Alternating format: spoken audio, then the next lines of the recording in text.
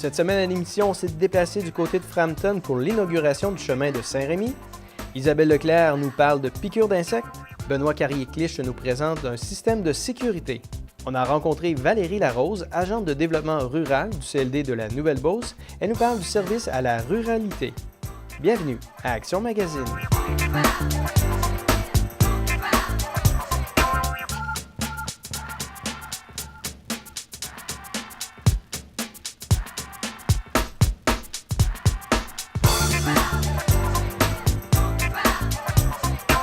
Le 3 juin dernier, on s'est déplacé à Frampton pour assister à l'inauguration du chemin de Saint-Rémy. Alors voici ce qu'on a préparé pour vous. Sont sortis. Bien, le chemin de Saint-Rémy, c'est un parcours rural, 825 km, qui relie 54 villages et 16 MRC. Donc, c'est praticable 4 saisons. On va être 365 jours par année. On peut le marcher de 2 jours à 54 jours. Bien, écoutez, on a décidé de faire pour mousser ou faire connaître le chemin. OK? C'est de faire une marche inaugurale. Nous, depuis le début, on est des promoteurs dont les bottines ils suivent les babines. Fait qu'à partir de là, bien, on l'a marché l'hiver dernier pour l'expérimenter l'hiver au Québec. Ça a été une belle expérience. On est en mesure de valider le tracé, de présenter le projet, de voir si les municipalités, ça leur tentait ce projet-là. Par la suite, on l'a remarché à l'automne parce que le tracé avait changé de 50 %. On avait eu l'OK des municipalités, donc on les amenait un pas plus loin dans la préparation de ce projet-là. Puis aujourd'hui, bien, c'est la marche inaugurale. Donc, on va marcher pendant 42 jours. On est parti le 24 mai. On va arrêter, bien sûr, le 4 juillet à Sainte-Florence, en Matapédia. Et là, la bonne nouvelle, bien, c'est comme une grande générale où, à ce moment-là, on a des marcheurs qui sont avec nous, qui vont marcher tout au long, bien sûr, de la marche inaugurale. À peu près entre 45 et 50 marcheurs qui vont joindre à nous tout au long du parcours pour, bien sûr, amener les gens à vivre le chemin de Saint-Rémy et voir comment ça se passe dans les municipalités. Les hébergeurs aussi, leur permettre de voir eux autres qui aiment ça recevoir des marcheurs. Donc, ça permet à tout le monde de voir, c'est une belle expérience. Puis je vous dirais, après 11 jours, bien, c'est extraordinaire. Dans le fond, le chemin de Saint-Rémy, c'est un chemin qui va mettre en valeur notre ruralité. Et c'est aussi une vitrine de tous nos petits villages, de la passion des artisans. Alors que ce soit l'histoire, que ce soit pour la gastronomie, parce qu'on a 825 km de sirop d'érable, fait que du déjeuner au souper, on en a sur la table. Alors, que ce soit juste pour les légendes, l'hommage à nos défricheurs, de savoir à quoi notre véritable identité québécoise, bien, on a vraiment l'impression qu'on retourne dans les années 70 avec nos grands-mères, avec nos tantes. Alors, c'est des choses comme ça qui peuvent faire en sorte de dire, pour cette mission-là, je vais chausser mes souliers de marche puis je vais y aller faire une couple de jours. Le trajet est 75 % on est dans les rangs en terre battue ou en gravier. Ça, c'était dans nos critères à nous. On ne voulait pas marcher sur de l'asphalte. On ne voulait pas non plus se mettre à bûcher un sentier qui traverserait le Québec, l'entretien de tout ça. Alors, on utilise ce qui est là. Ce qui est là, c'est nos petits rangs de campagne. Et l'hiver, bien, ça va se transformer en raquette quand les petits rangs de campagne ne sont pas ouverts. Ce projet-là a émergé, on ne se connaissait pas avant. Puis c'est à partir du moment où on s'est rencontrés que cette idée-là a pris naissance. Et de voir qu'après maintenant 2 ans et demi, bien là, on arrive. C'est mission accomplie. Il y a des marcheurs qui marchent sur le chemin de Saint-Rémy, c'est pas juste nous autres. Il y a des hébergeurs qui reçoivent des marcheurs. Il y a des retombées économiques présentement dans chacune des municipalités où on passe. Alors, qu'est-ce qu'on peut demander de plus? Que ça continue. Présentement, on a notre site Facebook. Alors, Chemin de Saint-Rémy sur Facebook. Vous pouvez nous communiquer avec nous en message privé. Nous, on aime bien parler aux gens. On est dans cette essence-là. Un site Internet va être mis en ligne cet été. Ça va donner un peu plus d'informations. Mais sachez que nous, ce qu'on aime le plus, c'est de raconter des histoires. Alors, on donne beaucoup de conférences au Québec. Et c'est de cette façon-là qu'on apprend et on donne le plus d'informations aux gens et on leur donne le goût d'aller marcher.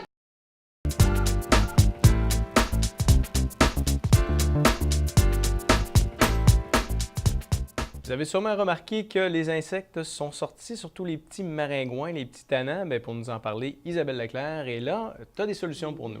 Oui, des solutions aux moustiques. Les conseils ces temps-ci, c'est beaucoup je me suis fait piquer, je fais quoi? Ça pique, ça démange. On va regarder qu'est-ce qui se trouve à notre portée en pharmacie. Puis c'est quoi qui les attire, Isabelle? Il y a différentes choses qui peuvent attirer les moustiques, là. C'est sûr que les odeurs, l'odeur corporelle, donc si on est très parfumé, fixatif, si on boit des boissons sucrées, il y a différentes choses qui peuvent attirer. Il y a beaucoup de mythes, controverses concernant l'alimentation. Il y en a qui pensent qu'exemple, ils mangent des bananes, ils mangent de la viande rouge, bref, ça change l'odeur de leur sang, puis ça fait qu'ils attirent plus les moustiques. Il n'y a rien de démontré efficace. C'est pas vrai que les végétariens vont peut-être attirer moins ou plus les moustiques, là. Il y a toutes sortes d'histoires qui se disent là-dessus. Mais je peux c'est pas continuer à manger démontré. des bananes. Oui, tu peux OK. continuer. Parfait. Et puis, c'est quoi la cause? Pourquoi les insectes veulent nous piquer? Puis... Bien, entre autres, c'est les femelles moustiques qui piquent. Ils vont aller chercher les protéines au niveau du sang pour aider à la fécondation, etc. Donc, c'est entre autres pour ça là, qu'ils vont venir nous piquer, pour aller chercher ce qu'on a de bon dans notre sang. OK. Puis qu'est-ce que tu conseilles pour éviter de se faire piquer? Oui, bien, il y a les petits trucs de base, tu sais, comme mettre des vêtements longs au coucher du soleil, des couleurs un peu plus pâles, éviter vraiment fixatif, parfum, etc. Fait que ça, c'est des petits trucs de base, mais sinon, on a des choses en prévention qu'on peut utiliser, que j'ai apportées juste ici. Je vois la petite chandelle, là. Est-ce que ça marche? Oui. Citronnelle, ben oui, ça peut les éloigner autour d'un feu. Il y en a qui allument ça, des bâtons de citronnelle, etc. Au niveau de la peau, ça peut rendre la peau beaucoup plus sensible et c'est pas démontré efficace. Donc, on l'utilise pas vraiment, ce moyen-là, là, au niveau de la peau pour éloigner les moustiques. Mais pourquoi ça rend la peau plus sensible? Quand on l'applique sur la peau, OK. pas quand ça flambe Donc, comme juste ça. à respirer, il n'y a pas de danger. Juste à respirer, il n'y aura pas de problème. Tu peux l'acheter, il n'y a pas de problème. La vitamine B1, il paraît que ça peut faire un changement ou c'est une rumeur? Ben oui, on entend beaucoup parler. Hein, ils disent qu'en prenant la B1, ça sent pas bon. Donc, ça fait que ton odeur corporelle et ton sang goûtent pas bon. Donc, les moustiques n'ont pas envie de te piquer. Ça n'a pas été démontré efficace par contre, mais je l'ai déjà fait essayer à 100 mg une fois par jour aux patients, 1 à 2 semaines avant les contacts avec les moustiques et durant tout l'été. Puis il y en a qui m'ont dit que ça marchait. On a beaucoup de golfeurs, exemple, qui jouent dans les bois, là, qui l'ont essayé, puis ils m'ont dit que ça marchait. On ne perd rien de le prendre, il n'y a pas vraiment d'effet secondaire, ça s'élimine le surplus. Donc, s'il y a un surplus d'accumuler, on va l'éliminer. Okay. Donc, ça peut peut-être être une alternative à essayer. En Abitibi, il y a des grosses mouches. Il paraît qu'ils Ouais. l'utilisent plus que ici. Probablement que ça marche. En tout cas, ils mordent, ils piquent pas. À suivre, il faudrait faire une étude en Abitibi. Il y a des trucs en spray que tu peux t'appliquer avant de sortir? Le meilleur, c'est vraiment le DEET qu'on retrouve dans le Off, dans le Watkin, etc. Il y a beaucoup de produits où l'on retrouve. Chez l'adulte, il faut aller chercher au moins 30 %. Plus on augmente le pourcentage de DEET, plus la durée va être longue. Donc, un 30 % de DEET, ça va équivaloir à peu près à une durée de 6 heures. OK. Donc, il faut répéter l'application à chaque 6 heures. On l'applique surtout les endroits que les moustiques vont piquer, donc au niveau de la nuque, au niveau de plis du coude, plis des genoux, les chevilles, les mains. Donc, c'est surtout ces endroits-là qu'ils vont rechercher. Si jamais on applique un écran solaire, on applique l'écran solaire une demi-heure avant. OK. On peut appliquier le DEET par la suite. C'est ça, je me demandais justement. L'étape, c'est quoi? La première étape, c'est d'appliquer Crème l'écran solaire, OK. on attend une demi-heure, puis on l'applique après. C'est vraiment important le décalage parce que ça peut faire que votre produit va être moins efficace. OK. Pour les enfants, on utilise des plus faibles concentrations, 10 % au moins. En bas de 6 mois, je vous dirais qu'on ne met rien. On va vraiment couvrir l'enfant, avoir un petit moustiquaire, un petit filet là, au niveau de la poussette, etc., pour éloigner les moustiques. Donc ça reste vraiment le meilleur choix. OK. Puis, tu as des crèmes aussi ou des trucs que tu peux appliquer sur la peau en plus de ça? Bien, une fois, si ça n'a pas marché puis qu'on s'est fait piquer, bien là, on est mal pris parce que ça pique, ça enfle, ça devient rouge. Donc, il faut utiliser quelque chose pour soulager, pour traiter. Quand c'est de base, il y a des choses qu'on peut utiliser. Je ne sais pas si toi, tu utilises des choses à la maison. Les noms, Benadryl un petit peu là, pour les enfants, puis la petite crème rose, là, je ne sais pas comment on l'appelle, c'est déjà arrivé Calamine que j'en ai appliqué là, quand vraiment je suis plus capable de m'endurer, puis je pense juste à me gratter. Là. Oui. Là, c'est là que je vais en mettre. Je dirais que la calamine, c'est plus ou moins un bon choix. On le recommande presque jamais dans les cas de piqûres d'insectes. On le recommande plutôt pour la varicelle, pour assécher. Ça a une couleur rosée. Ça va camoufler un petit peu l'enflure, l'inflammation que la piqûre d'insecte pourrait créer. Donc, nous autres, on l'aime moins.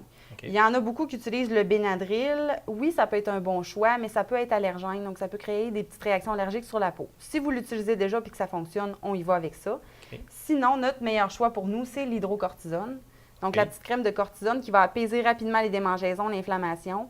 Juste important d'en mettre en petite couche mince vu que ça amincit la peau, mais c'est vraiment le meilleur choix pour ma part, là, parce que chaque pharmacien a ses préférés, moi, j'utilise vraiment l'hydrocortisone, peu dispendieux et va faire effet rapidement.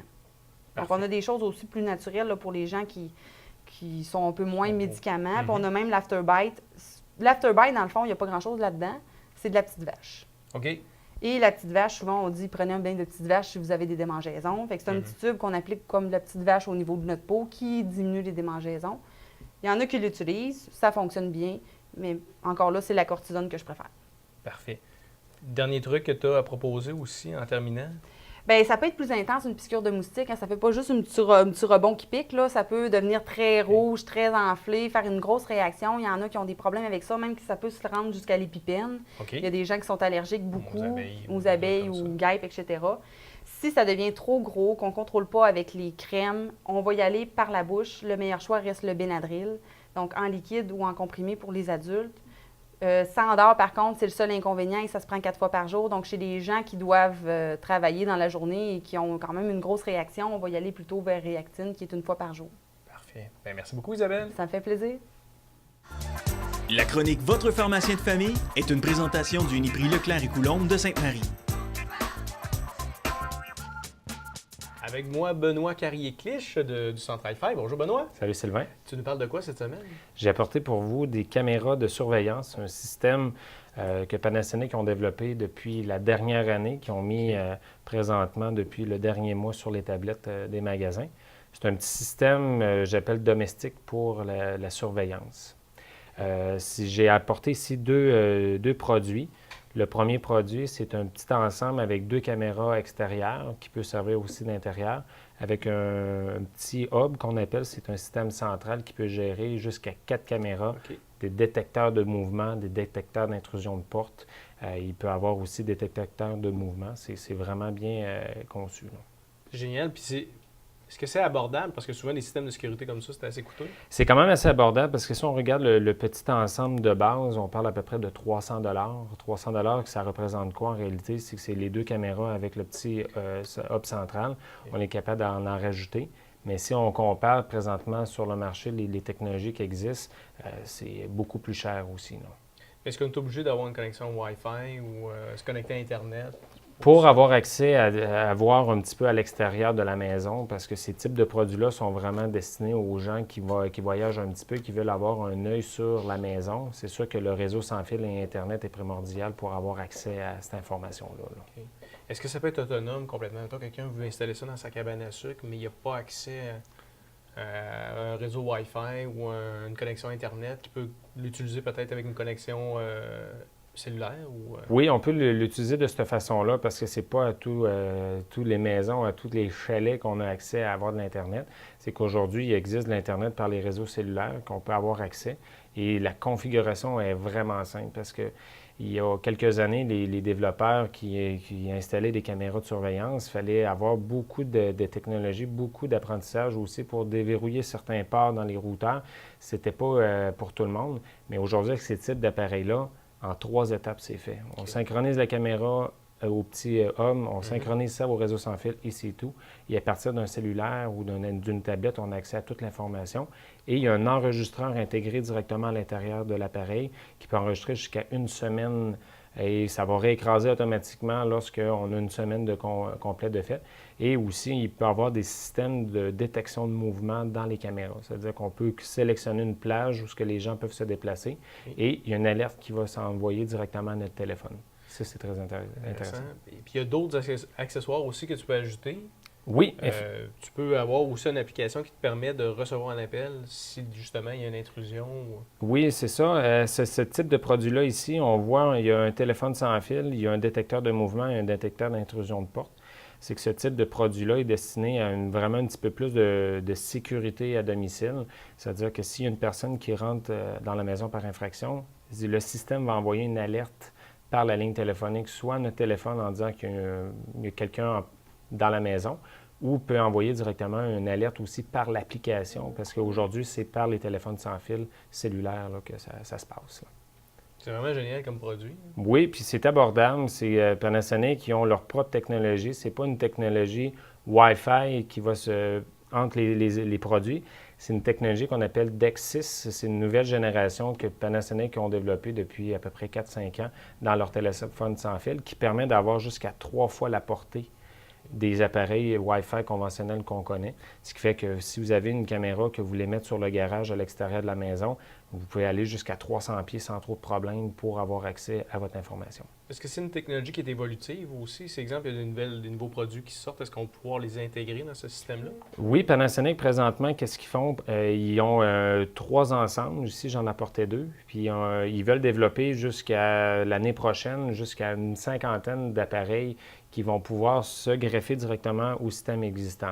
Soit un détecteur d'eau, si la petite tank à eau chaude à la maison, exemple, se remplit d'eau parce qu'elle est brisée, bien, automatiquement, il va envoyer une alerte. Okay. Après ça, il va avoir un petit clavier numérique pour rentrer à la maison, pour rentrer un code de sécurité pour rentrer.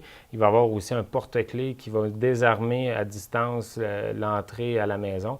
C'est Panasonic qui ne font pas à moitié habituellement quand ils font un produit. Ils le font complet pour les prochaines années. Fait qu'on va pouvoir adapter notre maison ou notre chalet, peu importe, là, avec les nouvelles choses qui vont être sorties. Là, oui, puis j'ai bon espoir que ça va être un produit qui va être très facile à travailler. Parfait. Puis si on veut plus d'informations, à quel endroit on peut s'adresser? C'est au magasin Centre Eiffel sur le boulevard Vachon. Parfait. Merci beaucoup, Benoît. Merci, Sylvain.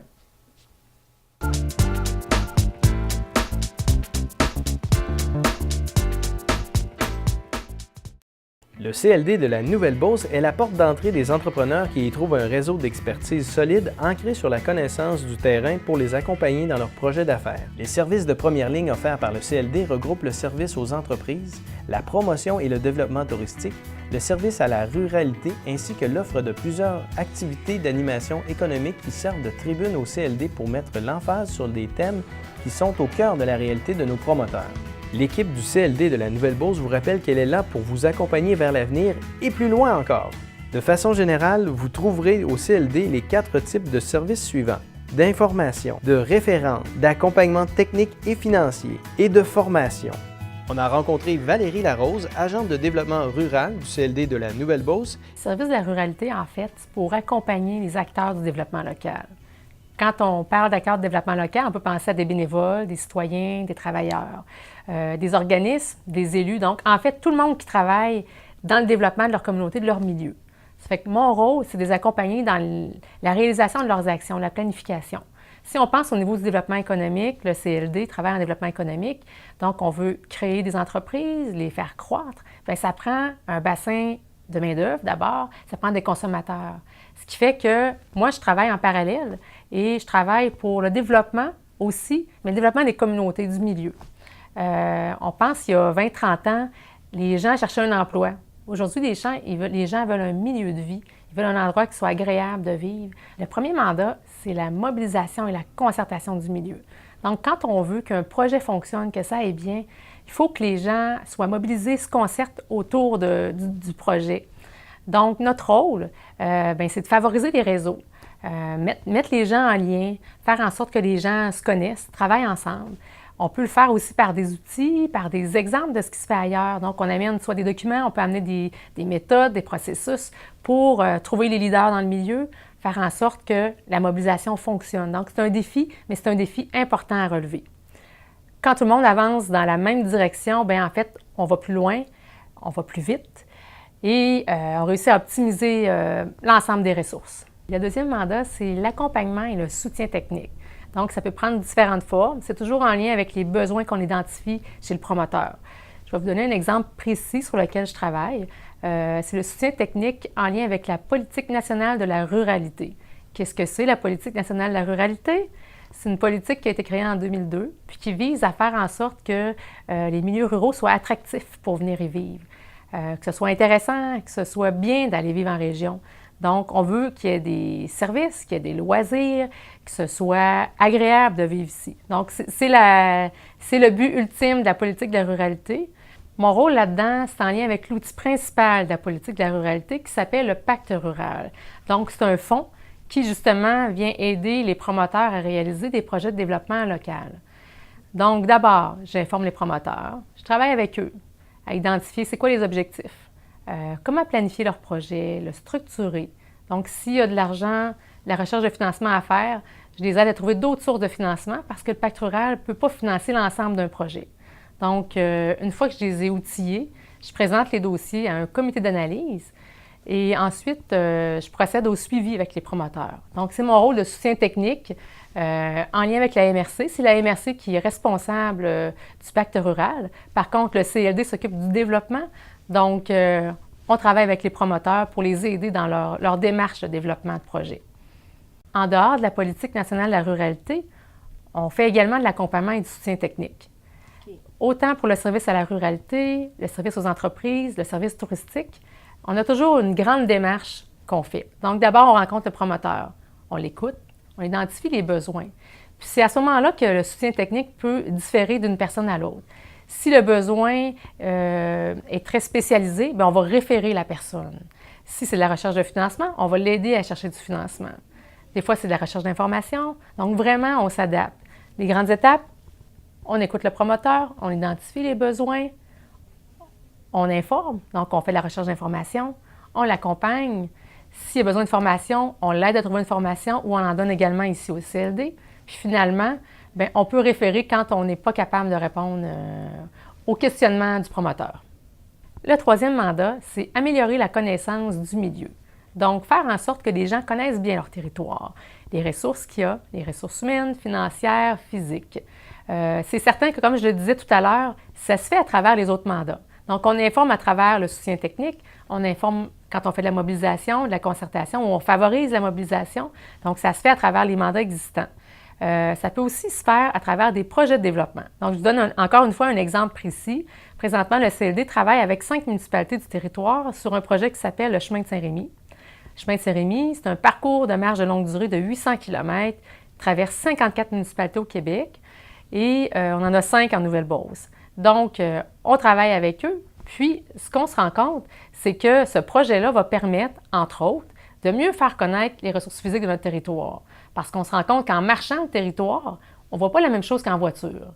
Le 4e mandat du service à la ruralité, c'est en lien avec l'agroalimentaire.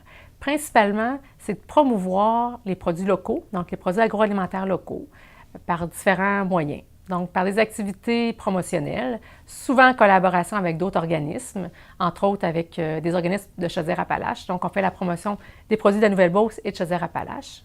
On fait également des outils. Donc, je vous montre le répertoire agroalimentaire de la Nouvelle-Beauce. Est-ce que vous voyez bien? Oui.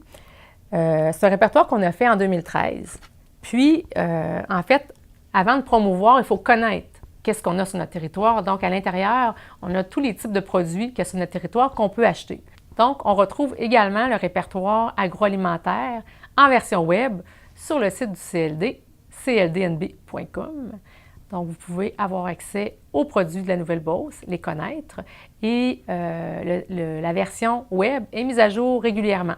Donc, contrairement à la version papier, vous allez avoir les derniers produits conçus en Nouvelle-Beauce.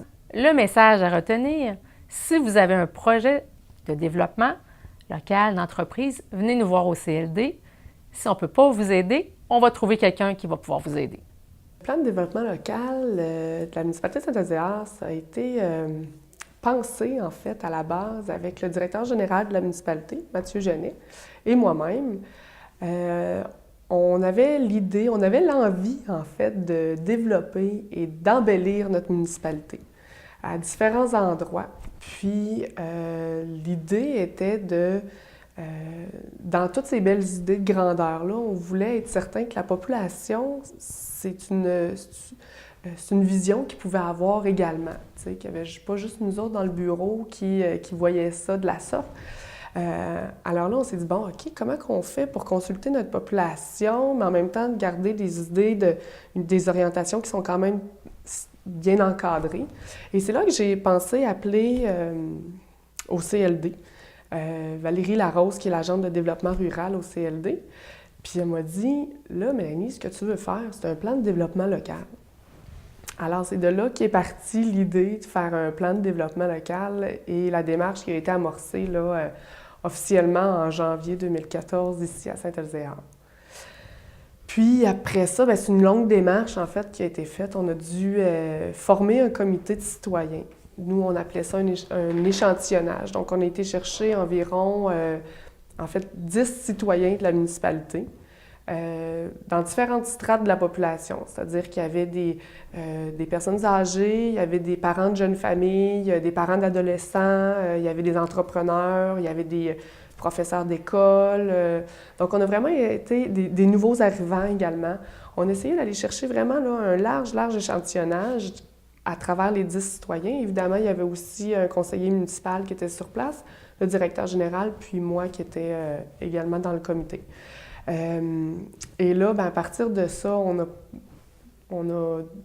démarré une grosse démarche, en fait, là, pour se projeter dans 10 ou 20 ans d'ici.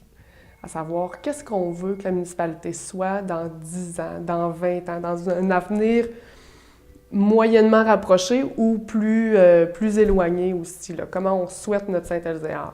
Il y a eu une consultation publique au mois de mai. On a réuni 150 personnes.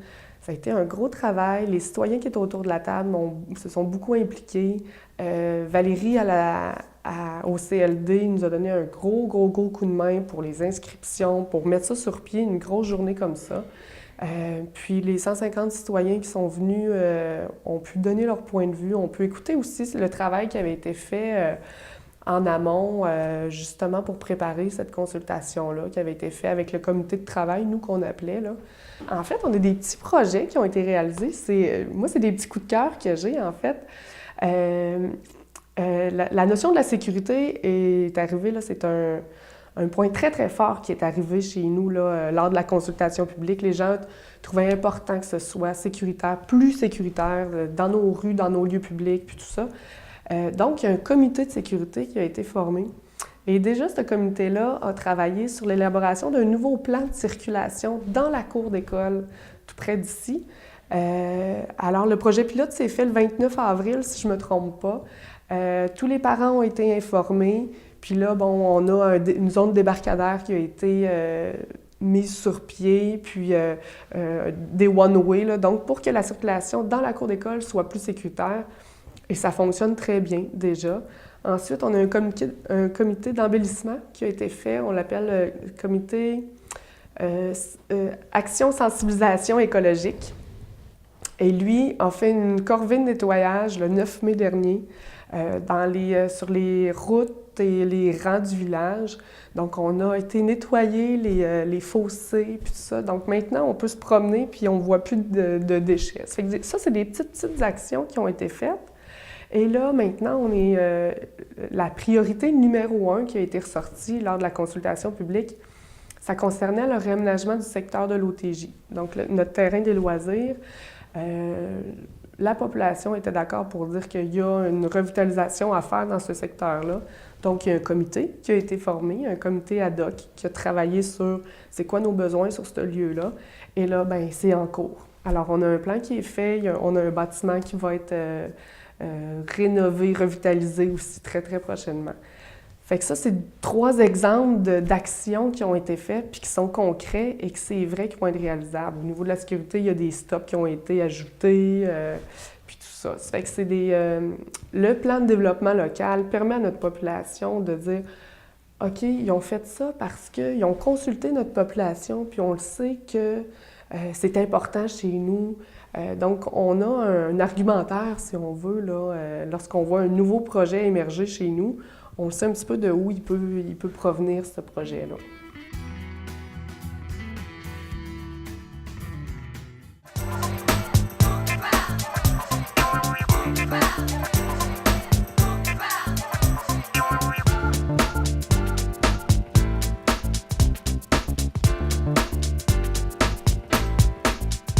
Voilà, c'est ce qui complète Action Magazine de cette semaine. J'espère que vous avez apprécié. Si vous avez des commentaires ou des suggestions, vous pouvez le faire à câble11@action.ca. Je m'appelle Sylvain Goulet, je vous donne rendez-vous la semaine prochaine. Une émission à ne pas manquer, un spécial sur quoi faire cet été.